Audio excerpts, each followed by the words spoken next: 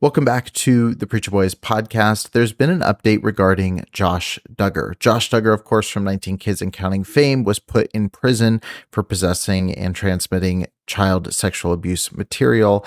And today his appeal has been denied, which means he will remain in prison through October 2nd, 2032. USA Today reported that a federal appeals court has upheld Josh Duggar's conviction for possessing child sexual abuse material, or CSAM.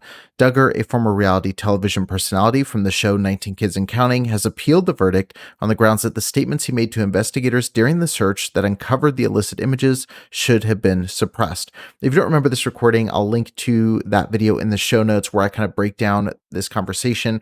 Essentially, what happened was some investigators came to his car lot and started asking him several questions and really wanted to get to know like what devices were in the area, who had familiarity with torrent softwares that were used to transmit this sort of thing.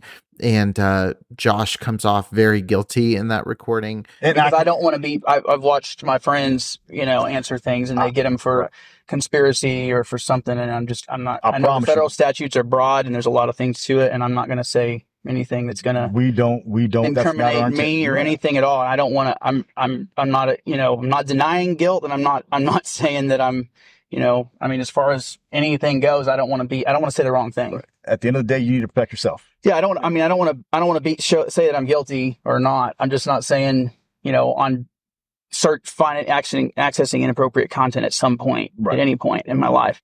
Basically, the appeal was all based on the idea that this should not have been submitted in court, that this is not something that should have been played for anybody sitting there making a decision about Josh's guilt. A 3-judge panel from the 8th U.S. Circuit Court of Appeals rejected Duggar's appeal.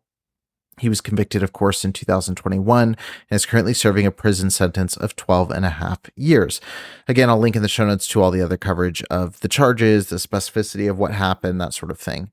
The case originated from a Little Rock police detective's discovery of CSAM being shared from a computer associated with Duggar's ownership. The investigation revealed that explicit images involving children, including toddlers, were downloaded in 2019 onto a computer located at a car dealership owned by Duggar. Duggar's defense argued that the statements he made to investigators during the dealership search should not have been admissible in trial, as his attorney was not present. However, prosecutors maintained that Duggar had voluntarily inquired about the investigation, asking, and this was insane, but walked up to the investigators and said, "What's all this about? Has someone been downloading CP?" Furthermore, he declined to disclose whether he had viewed such material online. These statements were later used as evidence in the trial.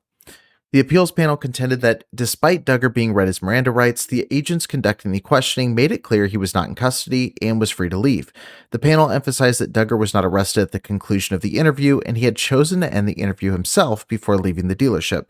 The court ruled that this did not align with the circumstances of someone in custody. Duggar's attorney, Justin Gelfand, expressed disagreement with the court's rationale and indicated that they would explore all available legal options. Additionally, Duggar's argument that his attorney should have been allowed to question a former dealership employee about prior sexual abuse offense conviction who had also used the same computer was dismissed by the court. Duggar's legal team refrained from summoning the former employee as a witness after the judge ruled that they could not mention the past conviction. The appeals panel upheld the judge's decision, asserting that the judge had appropriately balanced the interest by allowing the former employee to be questioned without delving into the prior conviction. Furthermore, the court rejected Duggar's challenge concerning the qualifications of the analyst who testified that metadata on Duggar's iPhone linked him to the criminal activity. So it seems like Duggar is going to be spending a lot more time behind bars, which is, of course, fantastic news.